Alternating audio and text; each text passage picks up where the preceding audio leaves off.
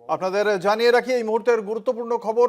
Bike বন্ধের যে নির্দেশিকা দেওয়া হয়েছিল নির্বাচন কমিশনের পক্ষ থেকে, সেই কমিশনের পক্ষ থেকে দেওয়া সেই নির্দেশের প্রেক্ষিতে কলকাতা হাইকোর্টের দ্বারস্থ হয়েছিলেন এবং সেই মামলাতেই কলকাতা হাইকোর্টের ভর্ৎসনার মুখে নির্বাচন কমিশন। আপনাদের জানিয়ে রাখি ভোটের দুদিন আগে কি করতে হবে, কিভাবে সকাল ৬টা থেকে সন্ধে ৬টা এবং সন্ধে ৬টা থেকে সকাল ৬টা কিভাবে বাইক চলাচল হবে, সংশ্লিষ্ট বিধানসভার বাইরে যেতে পারবেন না, বাইকে সওয়ারি কারা হতে পারবেন, প্রত্যেকটি বিষয়ে সুনির্দিষ্টভাবে নির্বাচন কমিশনের পক্ষ থেকে নির্দেশ দেওয়া হয়েছিল। সেই নির্দেশের প্রেক্ষিতেই কলকাতা হাইকোর্টে মামলা করা হয়। যে মামলার প্রেক্ষিতে বাইক চলাচলের যে নির্দেশ দেওয়া হয়েছিল সেই নির্দেশের প্রেক্ষিতেই এবার কমিশনকে ভর্ৎসনা করা হয়েছে বলেই জানতে পারা যাচ্ছে।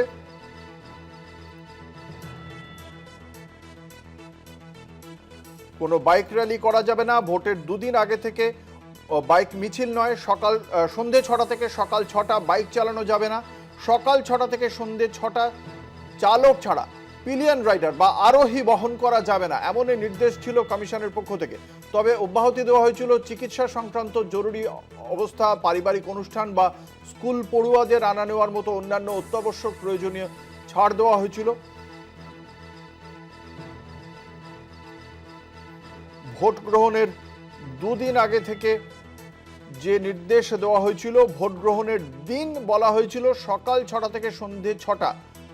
ভোটদানের উদ্দেশ্যে বা চিকিৎসা বা অন্যান্য জরুরি প্রয়োজনে পরিবারের সদস্যকে আরোহী হিসেবে বাইক চালানো যাবে, কিন্তু সেক্ষেত্রেও এক্ষেত্রে বলা হয়েছিল নির্দিষ্ট যে বিধানসভা কেন্দ্র রয়েছে সেই নির্দিষ্ট বিধানসভা কেন্দ্রের মধ্যেই বাইক চলাচলে অনুমোদন দেওয়া যাবে।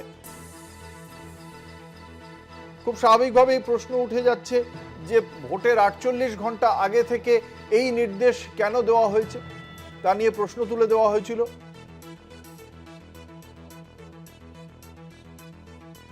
এবং তারই প্রেক্ষিতে আদালতে মামলা হয়। আমাদের সঙ্গে রয়েছেন আমাদের প্রতিনিধি পীযূষ কান্তি নাগ। পীযূষ, আজকে এই বিষয়ক মামলাতে, বাইক বিষয়ক মামলাতে কলকাতা হাইকোর্টের কি পর্যবেক্ষণ? দেখো, বাইক ভোটের ৩ দিন আগে থেকে বাইক বন্ধ করার কমিশনের নির্দেশকে চ্যালেঞ্জ করে যে মামলা হয়েছে, সেই মামলায় প্রবল ভর্ৎসনার মুখে পড়েছে জাতীয় নির্বাচন কমিশন।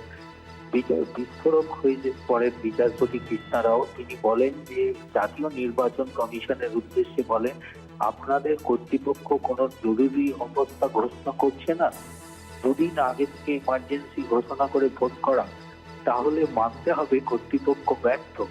এইভাবে সাধারণ নাগরিকের অধিকার হরণ করা যায় না। আপনারা আপনাদের কর্তৃপক্ষকে বোঝাতে পারছেন না, তাহলে গাড়ি বন্ধ করে দিন, তাতেও লোকজন বোম সাম নিয়ে গিয়ে গোলমাল পাকাতে পারে। কোর্টকে দেখান গত ৫ বছরে কত বাইকের বিরুদ্ধে এফআইআর হয়েছে, কত ক্ষেত্রে বাইক বাহিনী গোলমাল পাকানোর নজির আছে। দুদিন আগে থেকে সবকিছু স্তব্ধ করে দেওয়ার মতো পদক্ষেপ আপনারা গ্রহণ করছেন। তিনি পরিষ্কার জাতীয় নির্বাচন উদ্দেশ্যে বলেন, কমিশনের উদ্দেশ্যে কর্তৃপক্ষের ব্যর্থতা থাকবে, এরা এই ধরনের ব্যবস্থা করছে। আপনারা নিজেদের ক্ষমতার অপব্যবহার করছেন।